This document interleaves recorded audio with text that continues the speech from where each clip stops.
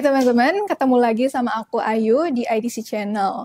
Nah, kali ini aku ditemenin lagi sama Mas Feb, dan kita mau bahas tentang perempuan dalam politik. Suatu isu yang menarik dan perlu jadi perhatian kita semua. Karena keterwakilan perempuan udah pasti dibutuhkan ya Mas dalam politik. Ya, harusnya seperti itu. Harus seperti Tapi itu. ini agak aneh karena laki-laki ngomongin soal perempuan itu agak aneh kali ya.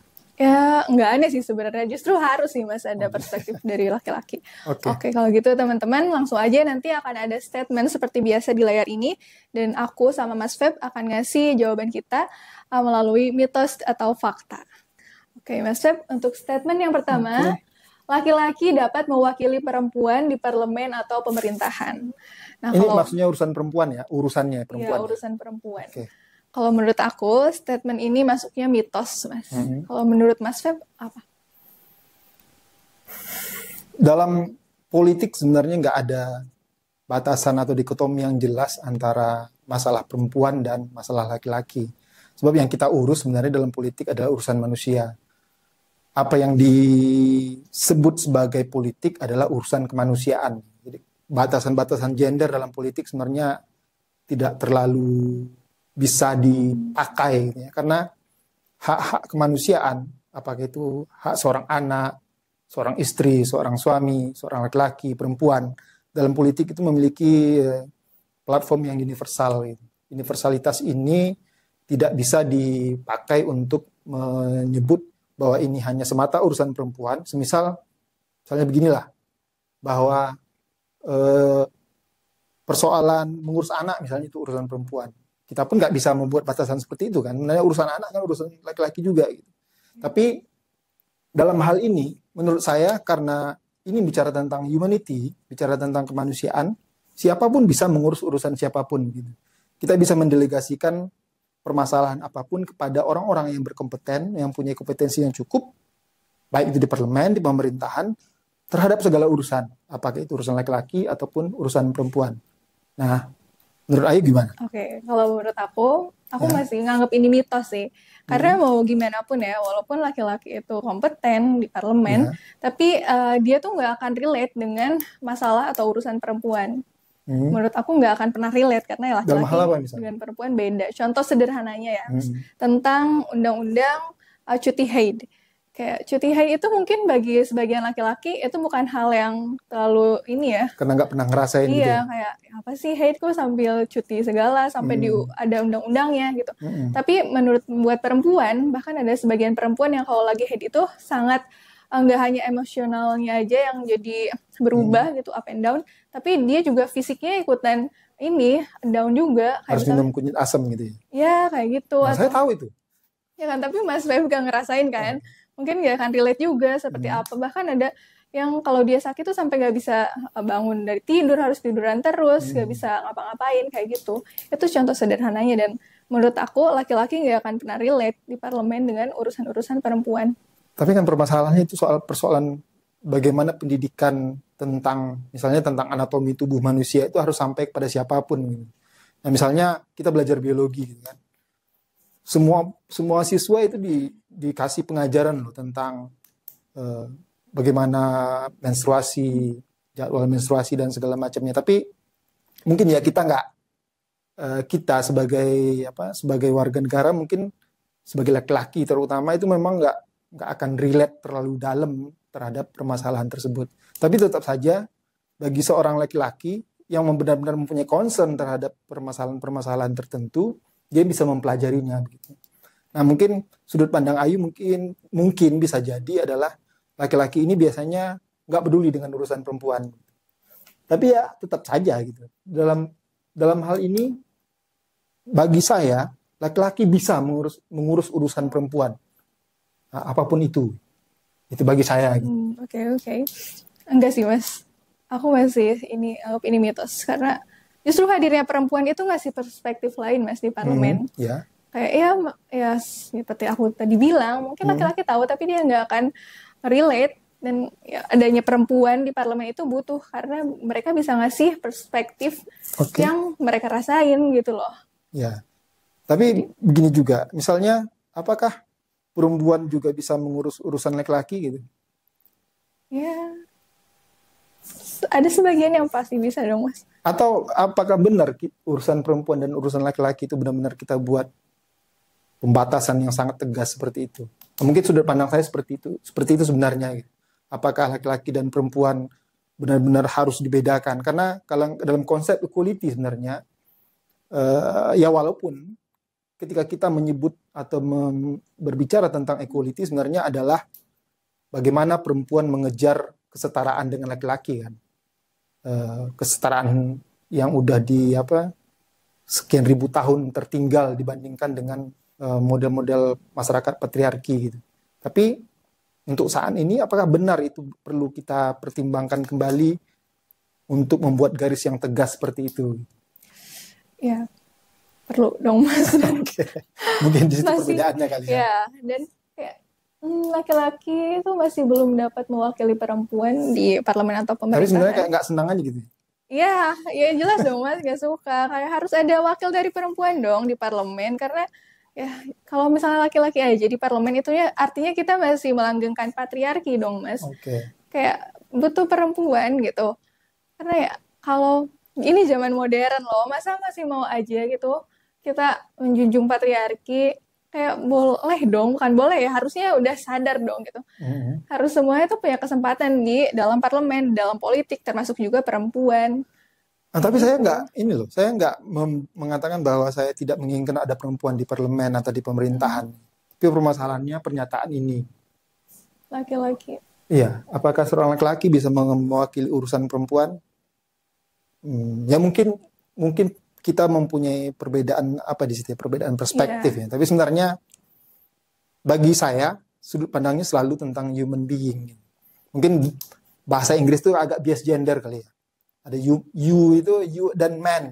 Kadang orang menganggap bahwa kenapa harus human? Kenapa enggak you woman gitu kan? Misalnya gitu kan. Tapi ya bahasa kita kan lebih ini ya, lebih sedikit lebih bebas bias gitu. Manusia, laki-laki dan perempuan itu kan berbeda ya. Tapi saya pikir ya begitu deh. Ya oke lah ya, nggak apa-apa lah ya teman-teman. Biasa, perbedaan pendapat tuh nggak apa-apa dong, guys. Bisa saling berbagi perspektif, kayak gitu. Oke, Mas Feb, berarti cukup ya untuk statement yang pertama? Sebenarnya belum sih. Belum tapi ya? Kita cukupkan di situ. Ya udahlah, nanti kita ngobrol di belakang. Oke, statement selanjutnya. Perempuan Indonesia telah diberi ruang untuk berpartisipasi dalam politik. Oke.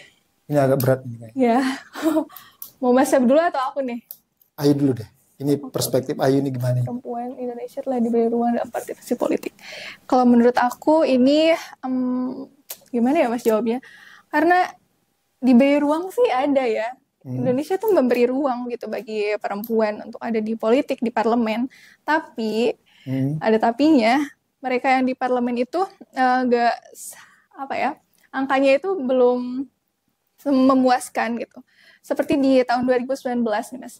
Kan kandidat perempuan itu ada 40%. Tapi yang terpilih hanya kurang lebih itu 21% aja. Jadi kayak separuhnya. Ya kayak ada mungkin ada keengganan dari para pemilih atau dari partai politik untuk memilih perempuan. Seperti itu. Jadi ya kalau ruangnya sih udah ada. Cuma ya mungkin perlu ini juga gak sih Mas, edukasi gitu loh. Tentang keterwakilan perempuan. Tentang pentingnya perempuan di parlemen atau politik. Ya mungkin ada yang bilang bahwa pemberian ruang itu sebenarnya seperti gimmick gitu ya, seperti superficial, bahwa perempuan sebenarnya hanya diberikan tempat dalam politik seakan-akan itu atas kebaikan hati kaum laki-laki gitu. Tapi kita mungkin begini, sudut pandangnya kita lihat secara historis dulu deh. Women suffrage itu baru digaungkan di dunia. Nah, kalau Indonesia kita ini nanti. Di dunia itu baru pada akhir abad ke-20. Jadi pada tahun 1920-an di Inggris dan Amerika Serikat mulailah ada perempuan diberikan kesempatan untuk memilih. Itu baru memilih ya. Memilih atau mengikuti kontestasi politik sebagai pemilih. Nah, mungkin permintaannya meningkat lagi. Ketika sudah diberi hak untuk memilih, perempuan harus diberi kesempatan dong untuk masuk ke dalam parlemen misalnya atau dalam pemerintahan. Karena bagaimanapun di dunia ini selama kalau kita hitung ya misalnya 1920 dengan kita itu nggak aja deh ketika awal peradaban Romawi, kekaisaran Romawi, artinya ada ketertinggalan selama 2000 tahun kaum perempuan dalam berpartisipasi di politik. Ketertinggalan 2000 tahun ini yang harus dikejar oleh kaum perempuan. Apakah hak-hak ini harus tetap diperjuangkan saat ini ketika dunia yang seperti Ayu bilang sudah modern tadi? Saya pikir harus. Artinya perempuan, walaupun saya katakan ini sepertinya sudah benar gitu, bahwa diberikan ruang, tapi tetap saja ketika kita mengatakan diberi ruang, artinya itu kan diberikan. Bukan miliknya. Padahal partisipasi politik, lagi seperti yang saya katakan di awal, karena kita ini makhluk politik yang dikatakan Aristoteles itu zon politikon. Kalau saya mengartikan begini, zon politikon itu ketika seseorang tidak mau berpolitik, maka dia tidak lebih daripada binatang. Artinya, laki-laki dan perempuan yang tidak mau berpartisipasi dalam politik, dia tidak lebih dari seekor binatang, meskipun dia berakal budi. Gitu. Ya artinya dia binatang berakal budi, bukan manusia lagi. Gitu. Nah artinya, sekali lagi, ketertinggalan 2000 tahun tadi itu harus dikejar memang. Dikejar oleh kaum perempuan. Apakah itu kewajiban kaum perempuan saja untuk memberikan ruang-ruang tersebut? Misal, kita di dunia sudah diberikan sebuah konsep affirmative action. Walaupun secara personal saya nggak setuju dengan affirmative action itu. Kenapa? Dalam politik itu kontestasi itu harus adil. Ketika kita mengatakan ada kontestasi yang adil, loh kenapa kaum perempuan diberikan privilege misalnya? Privilege yang 30% tadi gitu kan? Okay. Ya, oke. Nah, tapi karena ada ketertinggalan tadi, ketertinggalan 2000 tahun tadi, maka kita memberikan affirmative action kepada kaum perempuan, porsi 30% di parlemen, ini harus terisi oleh kaum perempuan. Agar apa? Setelah yang 30% tadi tercapai, kaum perempuan bisa mengejar ketertinggalan tadi. Ya dengan apa? Dengan pendidikan misalnya. Dengan jangan lagi sekedar baca folk, jangan lagi sekedar baca kosmopolitan misalnya, baca atau gosip artis. Perempuan harus lebih peduli pada politik secara utuh gitu. Okay. Bagi kita manusia politik ini, bahwa politik bukan sekedar hak. Gitu. Politik itu kewajiban kita sebagai manusia. Gitu. Siapapun itu, gendernya, baik laki-laki maupun perempuan. Jadi bagi saya ini pernyataan ini agak bermasalah gitu. Bukan pendapat Ayunya, pernyataan ini agak bermasalah bahwa perempuan jangan diberi ruang. Ini ruangan mereka loh gitu. Loh kenapa harus diberikan gitu? Ya ambil aja, ini kan tempatnya kita, apakah kita laki-laki atau perempuan, selagi dalam politik ruang partisipasi itu milik kita bersama gitu. Nah, dalam kontestasi ya kita perebutkan kursinya, bukan ruangannya gitu. Nah, kalau ruangannya masih diberikan, artinya yang masih memilikinya kaum laki-laki dong gitu. Nah, kaum perempuan nggak boleh meminta ruang. Ini ruangan mereka. Gitu. Itu dia, Mas. Mungkin karena konsepnya kayak gitu, seakan-akan ruangannya tuh bukan milik perempuan, tapi dikasih untuk perempuan. Jadi kayak perempuan juga lebih lebih struggling gitu loh untuk berpartisipasi dalam politik. Bener. Belum lagi kalau perempuan ya, kayak gimana ya? Kayak masih banyak perempuan yang seakan-akan dia dikejar waktu gitu loh, Mas, dikejar usia. Kayak buat dia berpartisipasi dalam politik tuh enggak sebanyak waktunya laki-laki, enggak sebesar kesempatannya laki-laki untuk ada di politik gitu loh. Karena ya perempuan kayak dikejar umur untuk menikah, terus habis itu dia akan mengurus keluarganya. Kayak gimana ya? Ya mungkin itu yang bikin perempuan di Indonesia juga jarang yang berpartisipasi dalam politik. Tapi permasalahannya itu bukan masalah perempuan Indonesia mungkin, tapi permasalahan semua kaum perempuan dan juga kaum laki-laki yang bermasalah itu sebenarnya budayanya. Saya sering kali ngomong sebenarnya, tapi begini. Budaya tempatan atau budaya lokal itu kadang mempengaruhi praktik-praktik politik kita. Apakah nanti itu menjadi positif atau negatif ya tergantung bagaimana kita menerima nilai-nilai universal ya. Kalau bagi kita sekarang kan dalam dunia politik itu nilai universal itu pasti datang dari barat gitu. Jadi apa yang didatangkan dari barat, yang diimpor dari barat tadi, dari Western civilization itu dianggap sebuah nilai universal. Tapi kadang budaya-budaya lokal ini disupres gitu, ditekan gitu. Padahal seperti yang bilang tadi ada dikejar-kejar oleh waktu untuk menikah. Tapi masalahnya seperti ini, menurut saya. Pilihan seseorang untuk menjadi ibu rumah tangga misalnya, untuk menikah cepat misalnya, itu pilihan demokratis gitu. Nah, apakah itu harus ditekan juga oleh keinginan kita untuk membuat perempuan lebih partisipatif dalam politik? Itu harus akan memunculkan perdebatan yang lain lagi. Misal Ayu setelah ini tiba-tiba minggu depan ingin menikah gitu. Menikah itu kan pilihan pribadi kan, pilihan-pilihan yang sangat demokratis dalam dalam kehidupan demokratis. Pilihan seseorang itu, bagaimana dia mengejar kebahagiaannya, the pursuit of happiness tadi, juga bagian dari hak asasi manusia. Nah, apakah itu akan sampai kita ke sana untuk mengkaji peran politik perempuan? Ya, itu perdebatan di tempat yang lain lagi, saya kira. Gitu. Beda lagi lah ya, Mas. Beda lagi. Oke, ngomong-ngomong tentang partisipasi perempuan atau ruang perempuan di politik, kita mungkin juga bisa dibahas sama ini, Mas. Di Indonesia kan udah lumayan tinggi ya. Ya walaupun nggak sampai 30%, tapi kayak udah ada partai yang telah mengikut sertakan perempuan gitu. Menjadi kandidat mereka. Dan menurut aku, ya itu entahlah ya Mas, bisa dibilang gimmick atau enggak. Karena faktanya lagi, walaupun banyak partai yang mengikut sertakan perempuan, banyak loh Mas perempuan di parlemen itu yang ternyata hasil dari dinasti politik. Walaupun nggak bisa dianggap sebagai hal yang buruk juga gitu, seorang perempuan itu hasil dari dinasti politik, tapi mungkin gimana ya Mas, agak miris juga nggak sih? Perempuan ada di politik, tapi mereka hasil dari dinasti. Mereka dibeli ruang, tapi ruangnya itu hanya untuk perempuan yang punya privilege, privilege khusus gitu. Tapi ya saya rasa dunia politik itu memiliki rule-nya masing-masing lah, dimanapun di dunia ini. Tapi misalnya kita lihat fakta secara global lah, nggak usah di Indonesia misalnya. Saat ini per 2021 saya kalau nggak salah, itu ada 26 negara yang kepala pemerintahannya atau kepala negaranya itu perempuan. Nah artinya misalnya UN Women mengatakan dengan rate seperti ini perlu 130 tahun lagi keterwakilan perempuan sebagai kepala negara atau kepala pemerintahan itu akan tercapai. Artinya apakah keinginan kita untuk mencapai equality tadi yang 50-50, 50% cowok, 50% cewek itu harus dikejar benar-benar gitu. Nah, sementara untuk mengejar ketertinggalan 2000 tahun tadi itu bukan perkara mudah loh gitu. Misalnya tujuan-tujuan MDGs lah misalnya, Millennium Development Goals itu pada 2030 misalnya harus tercapai. Tapi apakah nanti di 2030 kita bisa mencapai sekurang-kurangnya 30% perempuan di parlemen?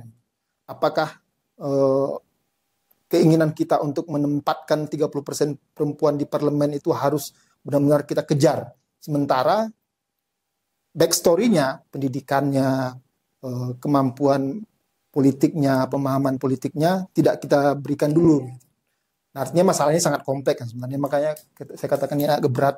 Ini bukan permasalahan yang bisa diselesaikan dalam 1-2 tahun, 10 tahun, 50 tahun. Karena apa? Ketertinggalannya 2000 tahun loh. Gitu. Itu dia sih, sayang banget. Kayak percuma kan kalau kuantitasnya ya tinggi, tapi kualitasnya tuh kurang. Itu sayang juga sih. Jadi ya memang dibutuhkan pendidikan politik bukan Mas. Ya artinya perempuan. Bagi saya begini aja. Laki-laki dan perempuan itu sama dengan keterbatasan dan kekurangannya masing-masing, dengan kelebihan dan kemampuannya yang berbeda-beda begitu. Artinya dua gender ini memiliki batasan dan memiliki kelebihannya masing-masing gitu.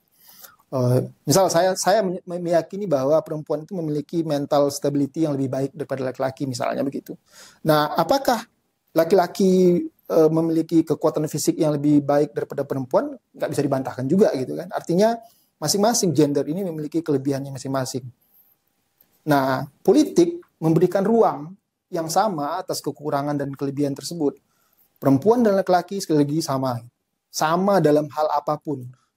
Terutama ini dalam kesempatan ya. Setiap laki-laki dan perempuan harus memiliki kesempatan yang sama untuk mengejar tujuan-tujuan tertentu.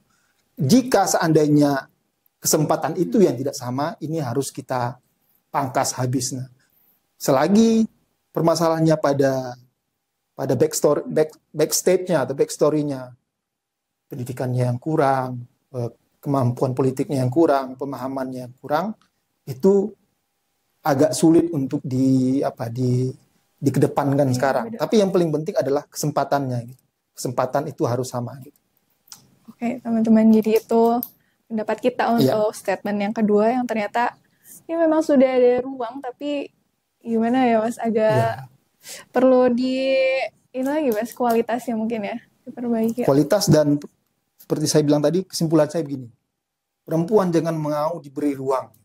Ini ruangan kita bersama. Laki-laki dan perempuan memiliki ruangan ini dalam kontestasi politik. Yang diperebutkan itu kursinya, bukan ruangannya. Gitu. Nah, bagi saya juga, fair election itu juga termasuk pada tidak adanya diberikan privilege pada masing-masing gender ini. Nah, di situ yang saya tidak setujunya kepada affirmative action. Tapi setidaknya, secara historis kita harus memberikan kesempatan itu. Pada akhirnya, ketidaksetujuan personal tadi tidak membuat saya menolak affirmative action gitu. Bahwa affirmative action itu perlu dalam kondisi sekarang, ketika 30% tercapai, ya perempuan harus kejar lagi gitu. Kejar lagi kursinya. Kalau bisa, ya mungkin nggak kita membentuk budaya yang matriarki gitu. Dan perempuan tinggal laki-laki tinggal di rumah gitu kan. Mungkin aja ya bisa. Oke deh Mas Feb, kalau gitu. Makasih Mas Feb udah nemenin aku diskusi untuk partisipasi perempuan dalam politik hari ini. Ya, walaupun seperti episode biasanya, kayak kita sering banget beda pendapat ya, tapi that's okay. Karena kita bebas untuk berpendapat ya, Mas. Dan, itu realitas demokrasi. Iya, dan gak apa-apa untuk menyampaikannya. Oke, teman-teman, kalau gitu sekian dari aku dan juga Mas Feb. Semoga diskusi aku kali ini dengan Mas Feb bisa menambah insight buat teman-teman. Dan semoga partisipasi perempuan di politik Indonesia bisa meningkat ya, Mas, baik kuantitas maupun kualitasnya. Oke, kalau gitu terima kasih. Jangan lupa like dan juga subscribe.